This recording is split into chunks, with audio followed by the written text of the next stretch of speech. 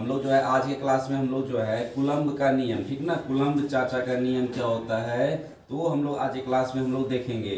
तो हम लोग जनरली क्या होता है कि जैसे फिजिक्स क्या होता है कि यदि आप लॉ ऑफ नेचर, प्रकृति के नियम को ही हम लोग फिजिक्स करते हैं। यदि हम लोग फिजिक्स के लॉ को, फिजिक्स में जितने भी लॉ है, जितने भी नियम है, उसे हम लोग यदि अच्छे तरह से समझ ले तो पूरा फिजिक्स हम लोग को आसान लगेगा। इसलिए फिजिक्स में जितने भी लॉ हैं, चाहे कूलम्ब लॉ हो या ओम का नियम हो या जो आपका गॉस का नियम हो, किरचॉफ का नियम हो, जितने भी नियम हैं, अगर फिजिक्स के सारे नियम को हम लोग अच्छे से समझ लेते हैं तो पूरा फिजिक्स हम लोगों को आसान लगेगा। और ऐसे ही फिजिक्स जो कहते हैं, अगर फिजिक्स का परिभाषा पढ़िएगा तो फिजिक्स का परिभाषा होता है द लॉ ऑफ नेचर, प्रकृति के नियम को ही हम लोग जो है फिजिक्स कहते हैं। तो फिजिक्स यदि आपको पढ़ना है, फिजिक्स यदि अच्छे से समझना है आपको, तो फिजिक्स के जितने भी लॉ हैं, जितने भी नियम हैं, यदि उन सारे नियम को हम लोग अच्छे से समझ लेंगे तो पूरा का पूरा फिजिक्स हम लोग को आसान लगेगा और हम लोग को उसमें पढ़ने में भी मन लगेगा हम लोग को। तो सब ये आज की क्लास में हम लोग जो है कूलम्ब्स लॉ, कूलम्ब का नियम, मतलब कूलम्ब जो है एक साइंटिस्ट का नाम था, उन्होंने ही ये नियम दिया, तो उन्हीं के नाम पे जो है ये है कूलम्ब का नियम। ये हम लोग बोल सकते हैं कूलम्ब चाचा का नियम हम लोग जो है आज के क्लास में देखेंगे।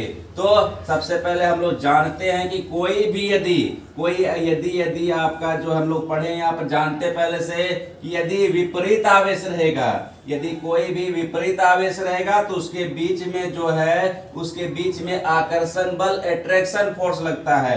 यदि समान आवेश रहेगा, जैसे अगर प्लस क्यू आवेश है, इधर आपका प्लस क्यू आवेश है, तो दोनों के बीच में आपका विकर्षण बल या रिपल्सन फोर्स लगता है। या माइनस क्यू आवेश है, यहाँ पर माइनस क्यू आवेश है, तो दोनों के बीच में भी जो है आपका विकर्षण बल, रिपल्सन फोर्स लगता है। तो समान आवेश के बीच में विकर्षण बल लगता है और विपरीत आवेश के बीच में आकर्षण बल लगता है। तो कूलम्ब वैज्ञानिक ने बताया कि किसी भी अगर दो समान आवेश रहेगा तो विकर्षण बल, विपरीत आवेश रहेगा तो आकर्षण बल लगेगा। लेकिन कितना आकर्षण या विकर्षण बल लगेगा, इस बल का मान निकालने के लिए हम लोग जो है कूलम्ब के नियम का उपयोग करते हैं कि दो आवेश के बीच में जो आकर्षण या विकर्षण का बल लगेगा, तो कितना आकर्षण या विकर्षण का बल लगेगा वो हम लोग कूलम्ब के नियम से निकालते हैं। या सिंपल सा अगर समझना हो तो हम लोग जो है जैसे चुंबक ले ले, हम लोग चुंबक को अगर मैग्नेट ले ले, हम लोग बचपन में हम लोग मैग्नेट चुंबक के साथ खेले होंगे। यदि हम लोग मैग्नेट ले ले, चुंबक ले ले, तो हम लोग जानते हैं कि चुंबक में, मैग्नेट में दो ध्रुव होता है, दो पोल होता है। एक उत्तरी ध्रुव होता है नॉर्थ पोल, एक होता है दक्षिणी ध्रुव साउथ पोल। फिर यहाँ पर आपका ये उत्तरी ध्रुव, ये आपका दक्षिणी ध्रुव। तो हम लोग जानते हैं चुंबक के दो ध्रुव के बीच में आकर्षण या विकर्षण का बल लगता है। यदि चुंबक का समान ध्रुव लेंगे तो विकर्षण बल लगेगा, यदि विपरीत ध्रुव ले लेंगे, ये उत्तरी ध्रुव लिए, ये दक्षिणी ध्रुव ले लेंगे, तो यहाँ पर जो है आकर्षण का बल लगेगा। ऐसे भी हम लोग जानते हैं, देखते हैं कि चुंबक यदि एक तरफ को सटाएंगे तो सट जाता है, मतलब आकर्षण बल लग रहा है। उसी को पलट के यदि सटाएंगे तो नहीं सटता है, विकर्षण बल लगता है। तो उसी तरह से जिस तरह से दो चुंबक के बीच में आकर्षण या विकर्षण का बल लगता है, तो वैसे ही दो आवेश के बीच में भी आकर्षण या विकर्षण का बल लगता है। तो उसी बल का मान निकालने के लिए कूलम्ब नामक वैज्ञानिक ने एक नियम दिया, उसी को हम लोग बोलते हैं कूलम्ब का नियम, कि वो आकर्षण या विकर्षण का बल लगेगा, लेकिन कितना लगेगा तो हम लोग जो है कूलम्ब के नियम से निकालते हैं इस चीज को। तो अब यहाँ पर हम लोग देखेंगे कि कूलम्ब का नियम होता है क्या। के नियम को समझेंगे कि दो आवेश के बीच में आकर्षण या विकर्षण बल तो लगेगा, लेकिन कितना आकर्षण या विकर्षण का बल लगेगा ये हम लोग कूलम्ब के नियम से निकालते हैं। देखिए, बल को हम लोग न्यूटन में नापते हैं। तो यहाँ मान लिया जाए कि यहाँ पर प्लस क्यू आवेश है, आपका प्लस क्यू आवेश है, और यहाँ पर इसे कुछ दूरी पर, आर दूरी पर माइनस क्यू आवेश है। हम लोग तो यहाँ पर जान गए ये प्लस क्यू आवेश है, माइनस क्यू आवेश है, दोनों के बीच में जो है आकर्षण बल लगेगा। लेकिन कितना आकर्षण बल लगेगा, बल को हम लोग जो है न्यूटन में नापते हैं। बल को जो हम लोग न्यूटन में मेजर करते हैं, न्यूटन में नापते हैं। तो यहाँ पर तो आप सिर्फ बोल दिए कि आकर्षण बल लगेगा, लेकिन कितना न्यूटन आकर्षण बल लगेगा, 10 न्यूटन आकर्षण बल लगेगा या 15 न्यूटन आकर्षण बल लगेगा, तो ये आपको न्यूटन में बताना पड़ेगा कितना न्यूटन आकर्षण या विकर्षण बल लगेगा। इसी बल का मान निकालने के लिए कूलम्ब नामक वैज्ञानिक ने कुछ नियम दिए, उसी नियम को हम लोग बोलते हैं कूलम्ब का नियम। तो आज की क्लास में हम लोग जो है कूलम्ब के नियम को समझेंगे कि दो आवेश के बीच में कितना आकर्षण या विकर्षण का बल लगता है। तो कूलम्ब के नियम से हम लोग जो है समझ सकते हैं। तो इसके पहले आपको समझना पड़ेगा, यदि विपरीत आवेश रहेगा, एक ठो प्लस रहेगा, एक ठो माइनस रहेगा, विपरीत आवेश रहेगा तो आकर्षण बल लगेगा। और समान आवेश रहेगा, यदि प्लस प्लस रहेगा या माइनस माइनस रहेगा तो उसके बीच में विकर्षण बल लगेगा। क्लियर है? तो हम लोग इस चीज को समझ रहे हैं। अब यहाँ पर हम लोग जो है सबसे पहले यहाँ पर हम लोग लिए, यहाँ पर कोई ले लिए, ये हम लोग ले लिए यहाँ पर प्लस Q1 आवेश ले लिए। इससे R दूरी पर जो है, इससे R दूरी पर हम लोग जो है माइनस Q2 आवेश ले लिए, और दोनों आवेश के बीच के दूरी को हम लोग बोल दिए कि दोनों आवेश एक दूसरे से R दूरी पर है। इतना काम कर लिए हम लोग। क्या किए, सबसे पहले प्लस Q1 आवेश लिए, फिर माइनस Q2 आवेश ले लिए, और दोनों आवेश के बीच का दूरी हम लोग R मान लिए। R दूरी कुछ भी हो सकता है, 2 मीटर 3 मीटर कुछ भी हो सकता है। तो ये प्लस वाला आवेश है, ये माइनस वाला आवेश है, ये धन आवेश है, ये ऋण आवेश है। तो दोनों के बीच में आपका जो आकर्षण बल लगेगा, लेकिन कितना आकर्षण बल लगेगा, तो यहाँ पर कूलम्ब का नियम लगाते हैं हम लोग। तो कूलम्ब के नियम के अनुसार क्या होता है कि दो आवेश के बीच में लगने वाला आकर्षण या विकर्षण बल जो है, दोनों आवेश के परिमाण, परिमाण मतलब मैग्नीट्यूड लेना आपको, परिमाण। तो इसका परिमाण कितना है तो Q1, इसका परिमाण कितना है तो Q2। माइनस प्लस नहीं लेना है, माइनस प्लस सिर्फ बताता है कि आकर्षण बल लग रहा है या विकर्षण बल लग रहा है। तो यहाँ पर इसका परिमाण कितना हो जाएगा तो Q2 हो जाएगा। तो कूलम्ब नामक वैज्ञानिक के अनुसार दो आवेश के बीच में लगने वाला आकर्षण या विकर्षण बल F दोनों आवेश के परिमाण के गुणनफल के, तो इसका परिमाण Q1, इसका परिमाण Q2, तो दोनों आवेश के परिमाण के गुणनफल के समानुपाती होता है। तो समानुपाती कर दिए। तथा पहला बात तो ये बोल दिया कूलम्ब चाचा, ये बोले पहला कूलम्ब चाचा तो बोल दिए कि दोनों आवेश के परिमाण के गुणनफल के समानुपाती होता है। फिर बोले कि दोनों आवेश के बीच का दूरी, तो दोनों आवेश के बीच का दूरी कितना है तो R है, तो R कर दिए हम लोग। दोनों आवेश के बीच का दूरी R, बीच के दूरी के वर्ग के, तो वर्ग मतलब क्या होता है स्क्वायर होता है, तो वर्ग मतलब यहाँ पर स्क्वायर कर दिए हम लोग। बीच के दूरी के वर्ग के व्युत्क्रमानुपाती मतलब इनवर्सली प्रोपोर्शनल होता है। तो व्युत्क्रमानुपाती मतलब 1/r² होता है। समानुपाती मतलब ऊपर ऊपर, और व्युत्क्रमानुपाती मतलब होता है बटे में, तो 1/r² हो गया। तो इसे ही बोलते हैं कूलम्ब का नियम। तो कूलम्ब चाचा जो है, कूलम्ब चाचा जो है बस दो ही चीज बताए। पहला बताए कि दो आवेश के बीच में जो बल लगेगा, दोनों आवेश के परिमाण के गुणनफल के समानुपाती, और उसके बीच के दूरी के वर्ग मतलब स्क्वायर, बीच के दूरी के वर्ग के व्युत्क्रमानुपाती होता है।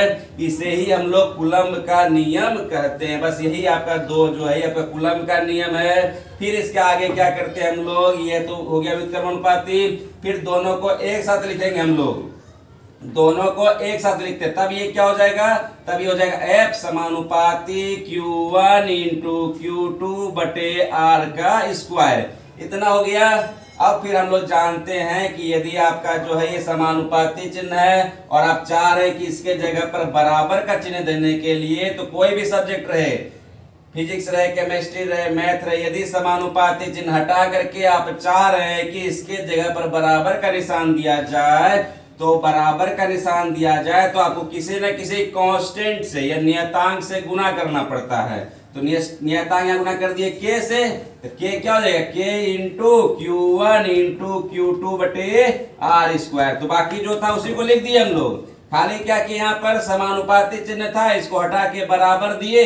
अब बराबर दिए तो यहाँ पर कांस्टेंट देना पड़ता, नियतांक देना पड़ता, इसलिए K को हम लोग गुना कर दिए। के जो आपका होता है, के को बोलते हैं कांस्टेंट। के आपका कांस्टेंट है जिसको कूलम्ब कांस्टेंट बोलते हैं या कूलम्ब नियतांक भी कहते हैं इसको। तो ये आपका के क्या है, कूलम्ब्स कांस्टेंट है। और के का जो है मान होता है, के बराबर होता है 1/4 पाई एप्सिलॉन।